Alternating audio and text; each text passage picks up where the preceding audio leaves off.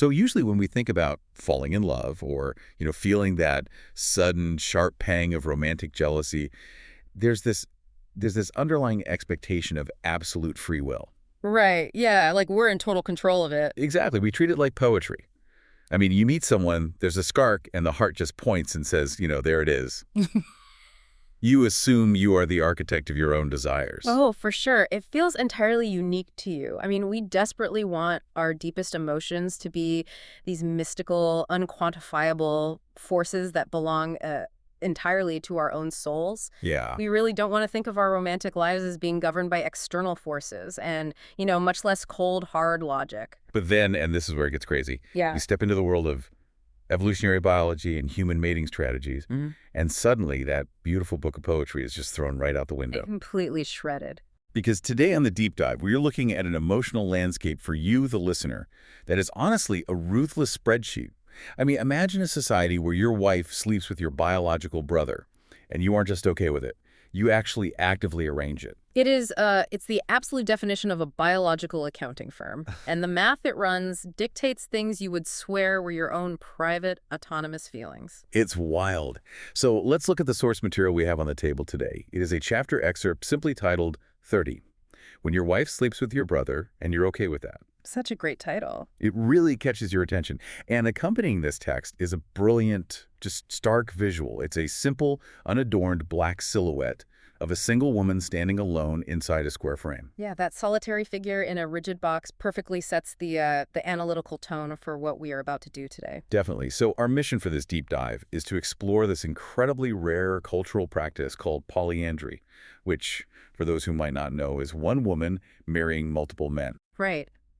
But we aren't just doing a standard anthropological tour here. We are going to decode the honestly shocking environmental and genetic equations that actually drive this practice. We are going to see how the literal dirt you stand on dictates the jealousy in your heart. So, okay, let's unpack this. We have to start with the foundational premise, which presents a massive, glaring paradox right off the bat. Yeah, the paradox is huge. The world we live in, historically and currently, is largely dominated by polygyny, the practice of one man marrying several women. Right, that is the recognizable pattern. I mean, whether you look at ancient empires, historical texts, or various global cultures today, men accumulating multiple wives is a strategy we understand. Even if modern society has largely shifted toward monogamy, it's still something we recognize. Exactly. Polyandry, on the other hand, is a massive structural exception to the global rule.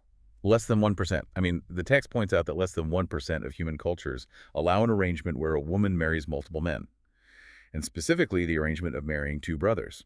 It's vanishingly rare. So, if you are studying human behavior from a macro level, polyandry barely exists. But where it does exist, it completely melts down our assumptions about gender power dynamics. Because the text throws this paradox at us right out of the gate, these polyandrous cultures are still strictly patriarchal. And that is a crucial distinction.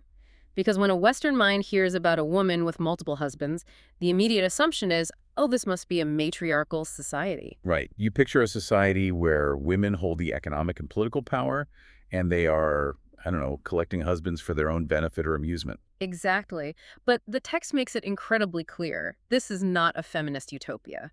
In these societies, men control the resources. Men hold the political power. Men control the women. The men are calling all the shots. And yet, the men are the ones actively arranging for the females in their society to be shared among brothers. Or, to use the incredibly colorful phrasing from our source, they're arranging for the wives to be double-diddled. Yeah, the author actually addresses that Western assumption directly. They state quite bluntly that they wish polyandry were an arrangement made by progressive feminists, but it just isn't. It's sad, but yeah. The driving force isn't liberation or social progress. It is an unyielding, brutal adaptation to extreme environmental necessity. But hold on, I have to step into the shoes of the listener here and apply some basic logic. Right. If a society is patriarchal and the men make all the rules, shouldn't they want more wives? You would think so, yeah. I mean, that is the biological imperative we are always taught about males across almost all species. Spread the seed, maximize reproduction, hoard the mates.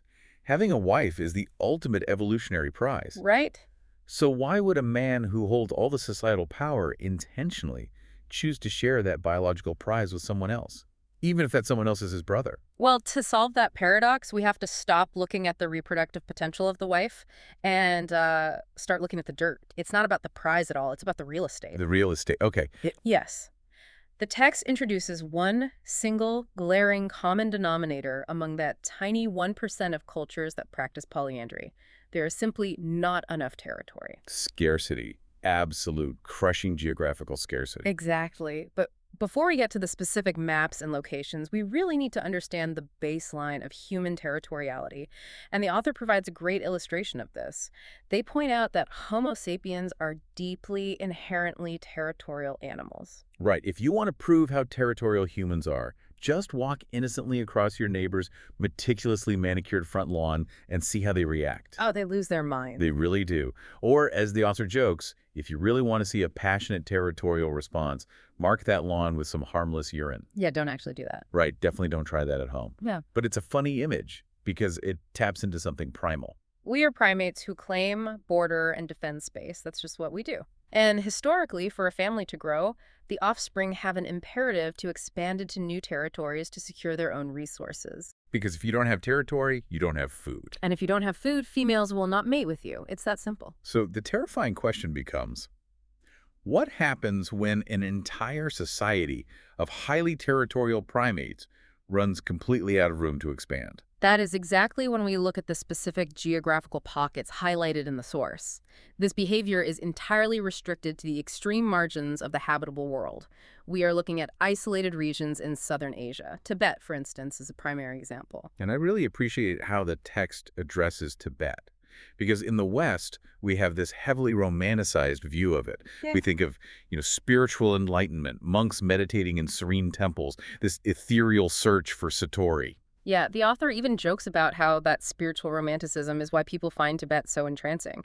But the reality on the ground is dictated by harsh environmental mathematics. Think about the physical constraints of Tibet. You're dealing with extreme high altitude, rocky soil, incredibly short growing seasons, and just punishing cold. The caloric cost for a human body just to exist at 14,000 feet is significantly higher than at sea level. So you have soil that yields very little food and bodies that require extra food just to stay warm and move around. Precisely. It is a physiological and agricultural bottleneck. And Tibet isn't the only example. The text points us to the Nair people on India's Malabar coast. Now, their situation is a fascinating and tragic layering of scarcity. Let's dig into the Nair people, because it's not just about bad weather or high mountains for them, right? It's a completely different kind of pressure. Yes, it is socio-political and demographic scarcity. Historically, the Nair people were geographically squeezed into tiny, marginalized areas by the dominant Brahmin caste. Oh, wow. Yeah, they couldn't expand their farms because they were literally fenced in by a more powerful societal group. But on top of that land scarcity, the text notes a horrific historical reality. Many of their women were kidnapped for foreign sex trades. Which artificially creates a massive demographic cleft. Yeah. I mean, you are trapped on a tiny plot of land and suddenly half the women in your society just vanish. Yeah. The men are left fighting over an artificially depleted pool of potential wives. It forces a massive mathematical restructuring of society. I mean, you also see this in the high Himalayas among the Nepalese tribes, the Sherpa, the Bhutia, the Lepcha. Right, and the author lists others too, the Khasas of the Northeast, the Todas of Tamil Nadu, the Nayars of Kerala. And the unifying theme across all these incredibly diverse groups is that they are blocked off. They're pinned against massive mountain ranges, bordered by oceans, or hemmed in by overpowering enemies. They are living on the scraps of the earth, the land that no one else wanted to fight over because it is so punishingly difficult to extract a living from it. And when the environment is that restrictive, the fundamental equation of human survival shifts. Radically. It is no longer possible for one man to provide enough calories for a family.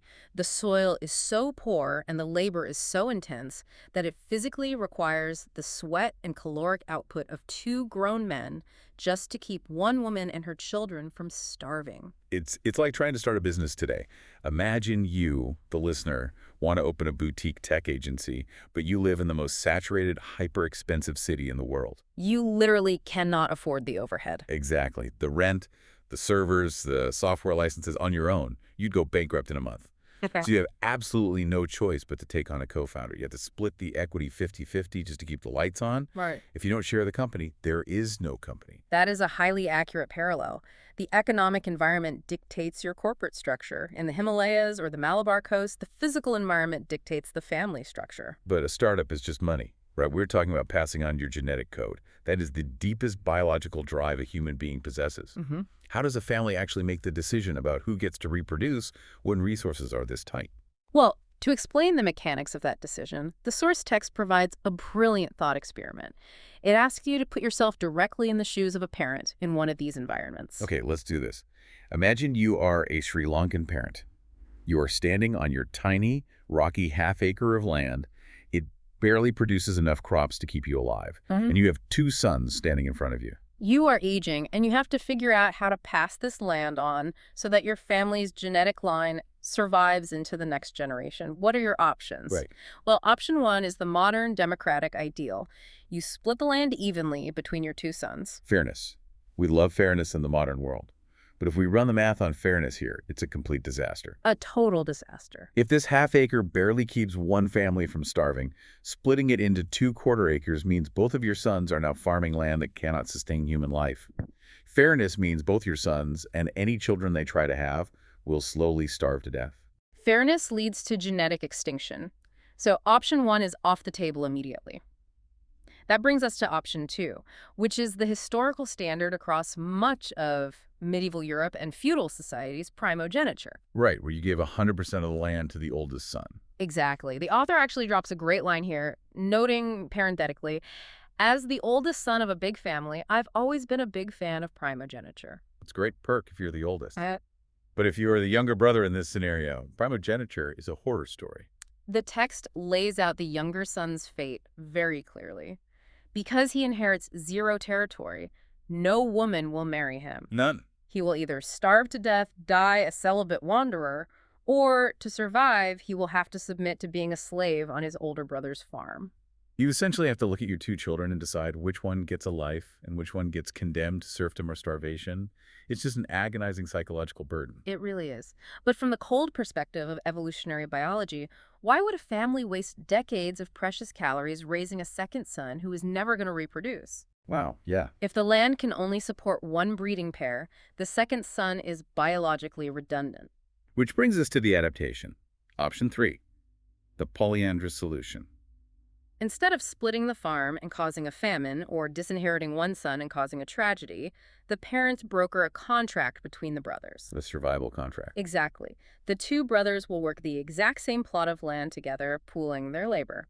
And to ensure they both have a stake in the future, they will share the exact same woman as a wife. And the text gets into the day-to-day logistics of this. Yeah. And it is fascinating because it is highly structured. It's not chaos. They operate in shifts. Yeah, the author describes a scenario where Brother A is out in the fields, breaking his back, burning thousands of calories to grow the crops. Meanwhile, Brother B is inside the house.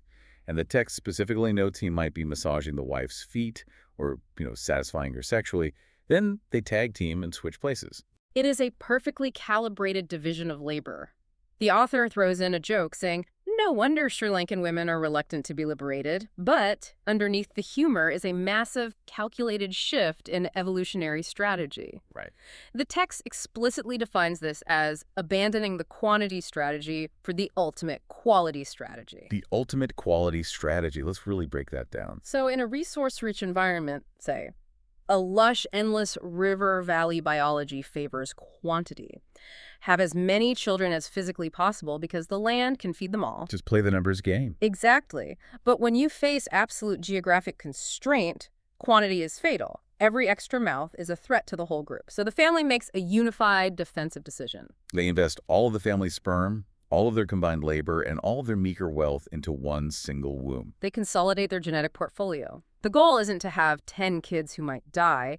It's to produce one high-status, impeccably fed, fiercely protected child. The source phrases the logic perfectly. One grandchild with extra dads is better than many grandchildren of one dad. A single grandchild supported by the combined economic engine of 2 fathers is biologically viable. 6 starving grandchildren from one solo father are not. The family unit turns into a fortress. And here is where it gets really interesting. This micro-level family strategy scales up to have massive geopolitical benefits. Yeah, it literally prevents war, which sounds crazy, but the logic tracks. It does. If you look at the mechanics of warfare in early human societies, conflict is almost always driven by resource expansion or mate acquisition. When populations grow, they need more food. To get more food, they invade the neighboring valley. Or men simply go to war to steal women. But look at the math of polyandry. If you have a village where every 2 men share 1 woman, you have artificially halved the reproductive rate of your society. Right, the population stays flat. You don't outgrow your food supply, so you don't experience famine. Yeah. And because you aren't starving, you don't need to invade the next valley over. Furthermore, the brothers aren't fighting each other for wives because they already share one. The sharing prevents the war entirely. The biological spreadsheet balances itself perfectly. The inputs match the outputs. Exactly. So what does this all mean for human nature? We look at this perfectly balanced spreadsheet, and it makes logical sense. 2 men, 1 woman, 1 farm, survival. But human beings aren't spreadsheets. No, we definitely are. We are volatile, emotional creatures. And the single most volatile emotion in this specific scenario is sexual jealousy. It is a violently powerful emotion. Right. I mean, you can explain the caloric necessity of the farm to me all day long, but if I have to sit in the living room and listen to my brother go into the bedroom with my wife, that has to trigger something primal. How on earth do these men suppress the natural, murderous instinct of jealousy? Well, this is where the source text makes what might be its most profound and unsettling claim. The author states, "Our emotions usually provoke us to do what is best for our genes." Let me stop right there, because that completely inverts how we normally think about our inner lives. We generally view emotions as these wild, irrational storms that disrupt our logical plans. But the author is arguing that the emotion is the logic. The emotion is the biological steering wheel. And to prove how the steering wheel operates in the context of jealousy, the text emphasizes the single most crucial detail about polyandry. The co-husbands are almost always brothers. That is the linchpin of the whole system. It is. But wait, you might ask, what if 2 guys who aren't brothers are stuck on terrible land? Does the math still work? And to answer that, the text gives us a brutal counterexample: the Eskimos. Ah, the Eskimos. They live in an environment that is just as harsh, if not vastly more punishing, than the high Himalayas. The Arctic tundra is the absolute definition of scarcity. Because of that extreme scarcity, Eskimo men also historically engaged in the practice of sharing wives to build alliances and share resources. But there is a massive difference in the setup. The Eskimos were often sharing wives with non-kin. Right, strangers. They were sharing with strangers passing through or trading partners from other bands, and the result of that subtle shift in the equation, the author bluntly states, co-husbands keep murdering each other. Wow. So the environment says share, but the genes say murder. Well, let's get under the hood of this biological calculator. What's fascinating here is the underlying biological mechanism known as kin selection. Let's define that clearly. Kin selection is the evolutionary strategy that favors the reproductive success of an organism's relatives, even at a cost to the organism's own survival and reproduction. Okay, so let's apply kin selection to the polyandrous brothers back in Tibet. If you share a wife with your biological brother, you share approximately 50% of your genetic code with him. You are built from the exact same blueprint. Right. Therefore, even if you are out working the fields and your brother is the one inside the house who biologically fathers the child with your shared wife, a massive portion of your own genetic code is still being passed on to the next generation through that child. Your nephew or niece is carrying a significant payload of your DNA. Exactly. I need a modern analogy for this to make it click. It's like being in the NHL. Everyone on the ice wants to be the one to score the game-winning goal in Game 7 of the Stanley Cup Finals. You want the glory. Of course. But if you pass the puck to your teammate and he scores the goal, your team still wins the championship. You still get your name engraved on the cup. You still get the championship ring. You gave up the individual glory of siring the child. But because your brother scored, your genetic team still won the evolutionary championship. That is an excellent way to visualize inclusive fitness. The author lays out the governing rule. When the right percentage of a married male's genes is passed on, such as when a brother is the co-husband, the biological alarm bell of jealousy does not ring. The genes feel secure in their continuation. But when a small percentage or 0% of a male's genes are passed on, Like the Eskimo sharing with a stranger, murderous jealousy erupts. So jealousy isn't just a character flaw. It is literally an evolutionary proximity alarm warning you that you are heading for a genetic dead end. I see. If a stranger sleeps with your wife, your genetic legacy is erased. The alarm shrieks. You reach for a weapon. But if your brother does it, your genetic legacy is diluted, but secure. The alarm stays quiet. It is a staggering realization. The intensity of your jealousy is directly modulated by the statistical likelihood of your genetic survival. But hold on, I have to push back on this ruthlessly mathematical view of human emotion. If our feelings of love and jealousy are strictly biological spreadsheets calculating DNA percentages, how do you explain human adoption? Oh, that's a great point. Because people adopt children who share exactly 0% of their DNA. And they feel a fierce, unconditional, biological level love for those kids. They would take a bullet for them without hesitation. If the spreadsheet is so cold and calculating, why doesn't it instantly reject a non-biological child? This raises an important question, and it is the most common critique of evolutionary psychology. The answer lies in the concept of evolutionary mismatch, or misfires. You have to remember when and where the spreadsheet was coded. Okay, take me back. Our emotional software was developed hundreds of thousands of years ago, when humans lived in small, tightly knit hunter-gatherer bands of maybe 50 to 100 people. In that environment, if there was an orphaned infant in your immediate vicinity, the statistical probability that the infant was a niece, a nephew, or a cousin was incredibly high. Because everyone in the tribe was genetically related to some degree. Exactly. So the biological software doesn't have a DNA scanner. It operates on a simple heuristic. If there is a vulnerable child in your care, protect it, because it likely carries your genes.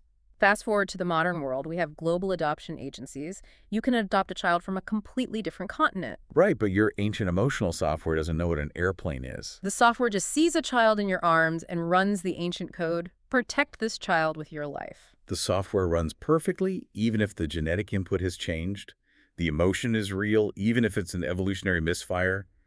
That is incredible. And it perfectly aligns with how adaptable our software is when the environment changes. Speaking of adaptability, if you think this complex calculus of real estate brothers and mating is just a quirk of human inheritance laws, the text completely pulls the rug out from under us. We turn to the animal kingdom to prove that this isn't human culture. This is a hardwired biological law. Right, because animals don't have deeds or courts or dowries. If they are doing it, it's pure biology. And the first animal the source presents is the male wattled jacana bird.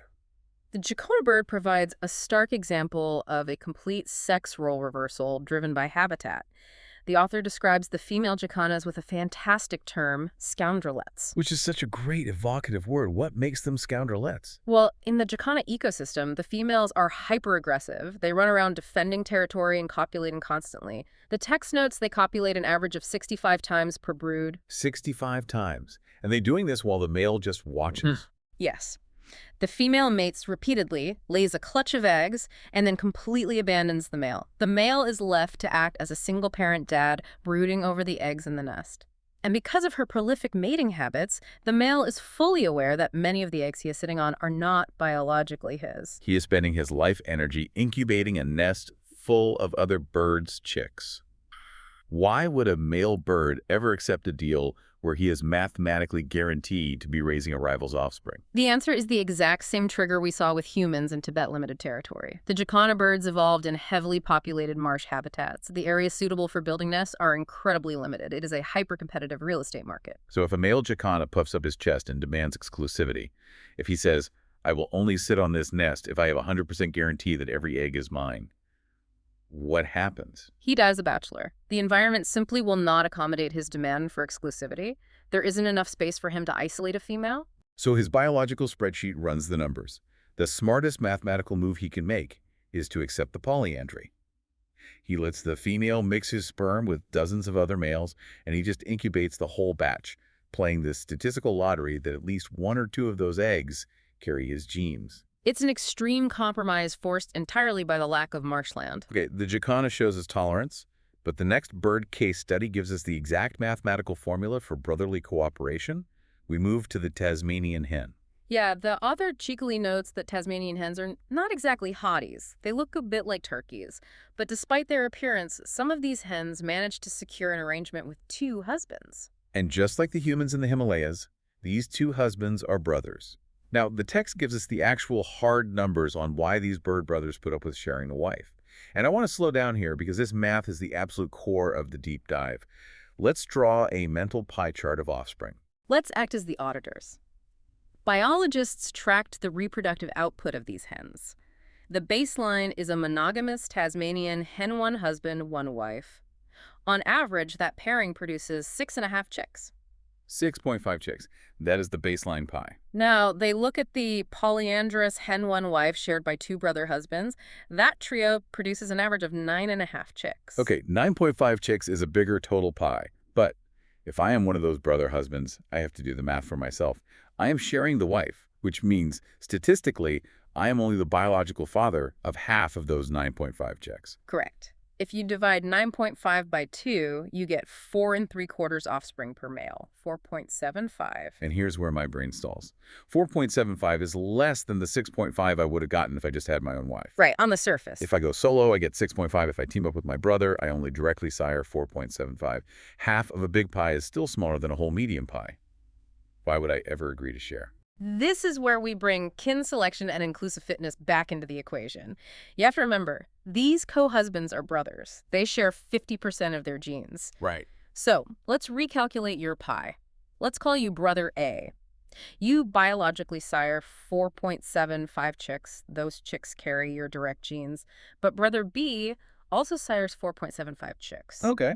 And because brother B is walking around with half of your genetic blueprint inside him, 50% of brother B's reproductive success effectively counts toward your inclusive fitness. Oh, okay. So I take brother B's 4.75 chicks. I multiply that by my 50% genetic stake in him.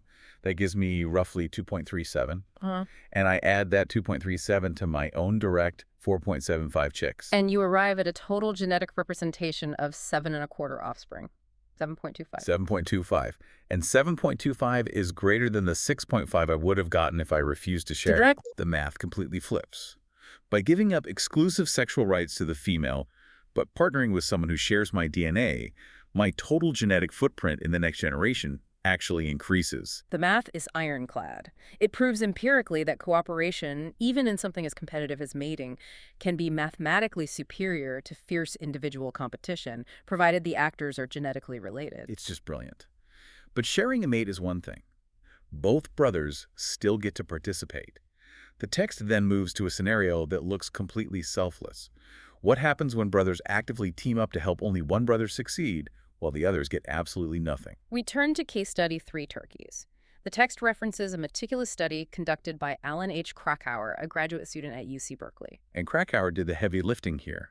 The text notes he analyzed the DNA of 51 males, 75 females, and 325 offspring to map out exactly who was fathering who. What Krakauer observed in the field was that turkey brothers form coalitions. But they aren't sharing the females. The subordinate brothers act entirely as wingmen to get their biggest, most dominant brother laid. The behavioral description here is amazing. The dominant brother does the full courtship display. He flashes his colors, he struts, and he thrums his air sac. He is the star of the show. And his subordinate brothers are right there with him. They're also flashing their colors, which makes the whole group look massive and impressive to the female. But, and this is the critical detail, the subordinate brothers actively suppress their own displays. They flash, but they do not strut, and they do not thrum their air sacs. They deliberately hold back so they don't outshine the dominant brother. Furthermore, Krakauer observed that while the dominant brother faces the female, the subordinate brothers face outward. They form a security perimeter, actively warding off any rival males who might try to interrupt the courtship. They are literal bouncers. Now, from a traditional, rudimentary survival of the fittest viewpoint, these bouncer brothers are total evolutionary losers. The text literally calls them altruistic celibates. They don't get the glory, and they don't get to mate. Why on earth would they do this? I need another analogy. Go for it. It's like an offensive lineman in the NFL. The quarterback gets the multi-million-dollar contract, the endorsements, the fame, and the glory. The offensive lineman just gets concussions pushing guys out of the way. Right. But if the lineman protects the quarterback perfectly, the team wins the Super Bowl. And everyone on the team gets a championship ring. That is exactly the dynamic, and Krakauer's DNA study proves the value of that ring. Let's look at the stats. If a solitary male turkey one, without any brothers to protect him, tries to court a female, he sires, on average, Just one single baby. Just one. The solo indie artist struggles to sell records. But a dominant male who has a dedicated offensive line of brothers protecting him, he sires an average of 7 babies. A 7-fold increase. And because those celibate bouncer brothers share half their genes with the dominant brother, those 7 babies carry a massive amount of the subordinate brother's genetic code. They pass on more of their own genes through their successful brother than they ever could have by trying to go it alone as a solitary male. Biologically, the offensive linemen are getting rich off the quarterback's success. The text emphasizes this point beautifully. We easily forget that it's not the number of direct offspring that matters, but the percentage of genes passed on. Evolution does not care whose name is on the birth certificate. It only cares that the source code survives. If you can pass on more code by being a celibate bouncer, evolution will sculpt you into a celibate bouncer. And if we look at our final animal case study, lions, we see this dynamic scaled up to a lethal empire-building level. Lions provide a stark look at how these brotherly coalitions work for absolute territory control. The text draws a great distinction. Male humans kill each other for pride, but male lions kill each other for prides, meaning a group of lionesses. Right. For a male lion, a pride of females is the ultimate evolutionary jackpot. But to control a pride, you have to physically fight off every other wandering male lion on the savanna. And a single lion usually cannot hold that much territory alone. He will eventually be exhausted and killed by intruders. So they must form coalitions. They team up to hold the territory. But who do you trust to watch your back when the prize is a harem of females? The answer is baked into everything we've discussed today. The coalitions are almost exclusively formed among lions that grew up in the exact same litter. They are brothers or half-brothers. They leverage kin selection to maintain an alliance strong enough to rule the savanna.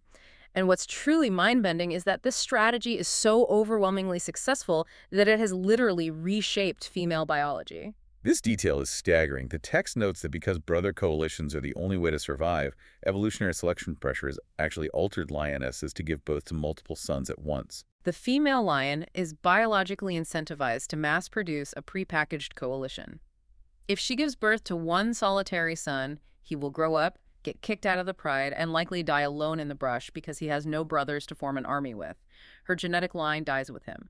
But if she gives birth to 3 sons simultaneously, she is deploying a ready-made gang. Those 3 brothers will grow up together, fight together, and dominate their own pride. The environment demands a team, so the female biology adapted to print out a team in one go. It is a perfect, closed evolutionary loop.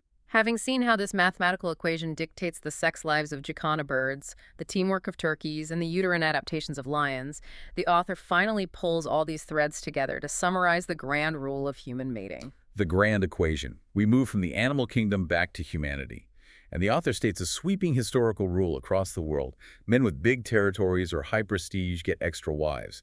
Men with little territories get half a wife. And they place this in a vital historical context. They point out that for the vast majority of human history, when we were hunter-gatherers, a dominant chieftain usually maintained a maximum of 5 wives. That was the biological ceiling. But why 5? If you were the biggest, baddest hunter in the tribe, why stop at 5? We need to explain the how here. It comes down to the perishability of calories. If you are a hunter-gatherer, you might kill a mastodon. That is a massive influx of calories. But meat rots. You cannot hoard a dead mastodon for 5 years. You have to share it immediately with the tribe. Right. Because you cannot permanently hoard the calories, you cannot permanently hoard the power, and therefore you cannot hoard the women. There is a hard cap on how much leverage one man can hold. So the environment naturally enforces a relatively egalitarian society. But then humanity invents agriculture, and the entire spreadsheet explodes. The agricultural revolution changed the caloric math forever. The text notes that it wasn't until the invention of agriculture that dominant males started hoarding hundreds of wives. Let's trace the mechanism of that shift. You move from hunting perishable meat to growing wheat and barley. Grain dries. Grain can be stored. Suddenly you can build a silo. You can build a wall around that silo. You can hire guards to stand on that wall. You have invented property rights and generational wealth. One man can now hoard millions of calories that do not rot. He possesses a bank account of survival. And he can trade those calories for alliances, for labor, and most importantly, for reproductive access. Thousands of wives. The environment changed from perishable to storable, so the mating strategy scaled up from 5 wives to 500. If we connect this to the bigger picture, The ultimate distillation from the source text is incredibly simple, almost brutal in its elegance. Hmm. The author writes, "Where there is lots of vegetable food, there are men with multiple wives. Where there is little vegetable food, there are women with multiple husbands." Vegetables dictate your marriage. Lots of storable grain equals polygyny. Very few crops on a rocky cliff equals polyandry. It perfectly encapsulates the core argument. Human behavior is elucidated by gene equations. You set up the physical parameters, how much food can grow here, how much land is available. You run that data through the biological computer in our brains, and it automatically outputs the social behavior. Yes. And more profoundly, it constructs the internal emotion. It tells you whether you should feel murderous jealousy because a stranger is threatening your legacy, or foot massaging compliance because your brother is helping secure it. It is all quantifiable. Evolutionary biologists have formulas that can predict these various forms of cooperation, competition, self-sacrifice, and hostility. I really appreciate how the author chooses to wrap up this heavy, somewhat deterministic deep dive. They offer a very humorous, very human conclusion. They say they have mixed feelings reporting these facts because of what people might do with the information. Yeah, the joke is that upon hearing this fundamental rule, men are immediately going to run toward the lush agricultural valleys to maximize their wives, and women are going to sprint for the barren mountains to maximize their husbands. And the tragic punchline is that everyone will arrive in their respective biological paradises, only to realize there is absolutely no one from the opposite sex there because everyone segregated themselves based on the math. It's a great bit of levity. But the author also leaves a very cheeky piece of advice specifically for the female readers based on the polyandry data. They address the listeners directly and say, look, if you want extra men working around the clock to support you, you don't need to stress about having the quote-unquote perfect body. The solution is geographical, not physical. The text concludes, you just need to move the body you got to the culture where it's most appreciated. Meaning, pack your bags and move to a highly enclosed area with terrible soil and not enough food. The author jokes, you know how men are about food and territory. His family will beg you to double diddle. It brings us right back around to the stark reality we started with. Scarcity dictates the terms of engagement. What an incredible intellectual journey this has been. Let's just recap the sheer ground we've covered today. We started by looking at a tiny fraction of human culture surviving on the freezing margins of Tibet and the socio-politically squeezed coastlines of India. We examined the agonizing caloric choices of a Sri Lankan family trying to pass down a miserable plot of land without starving their lineage. We looked at the murderous consequences of Eskimos sharing wives with non-kin versus brothers. We watched female jacana birds force male single dads to incubate rival eggs. We slowed down and audited the complex, inclusive fitness fractions of the Tasmanian hen, and we pictured offensive lineman turkeys guarding their quarterback brother. And we saw how the evolutionary success of lion coalitions forces lionesses to birth prepackaged armies of sons. All of it. Every single bizarre behavior. Mathematically proving that our concepts of love, our raging feelings of jealousy, and the very structures of our families are heavily dictated by the brutal, undeniable realities of dirt and calories. And I think the key takeaway here, for you, the listener, is not to feel despair. Recognizing the biological and environmental roots of our deepest emotions doesn't mean we are just meat robots executing code. No, it doesn't invalidate the beauty of the poetry. Exactly. It makes us aware. It invites profound critical thinking. Once you understand the evolutionary alarm bells, once you know why jealousy spikes when your genetic legacy is threatened, you can step back and ask why you are feeling territorial or jealous in your own modern life. Right, you can ask, is it a real threat to your survival, or is it an ancient genetic equation misfiring in a modern context, like the adoption example? Awareness is what separates us from the turkeys. Awareness gives you the space between the instinct and the action. And as we wrap up this deep dive, I want to leave you with one final provocative thought, something to mull over while you go about your day. Let's hear it. Throughout this entire exploration, we've seen that human mating strategies, our family structures, and our visceral feelings of jealousy evolved based entirely on a scarcity of physical territory and agricultural calories, storable grain and rocky dirt. Yes. But look at the world we are rapidly moving into right now. We are entering an era of digital territories, remote work, virtual environments, endless server space. We are building massive societal structures where physical land no longer dictates our survival, our wealth, or our status. Oh, that's fascinating. So the question is, if the biological spreadsheet was built entirely on physical scarcity, what happens to human relationships now?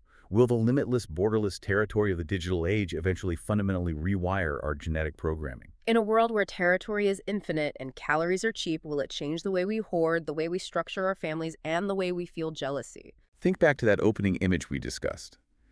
The simple silhouette of a woman in a rigid box. We thought we understood the boundaries of that box, the neighbor's lawn, the borders of the farm, the edge of the mountain. But if the physical box disappears, what happens to the rules of the game? Are we still just marking our neighbor's lawn, or are we about to evolve into something entirely different? It's something to think about. Thank you so much for joining us on this deep dive. We will catch you on the next one.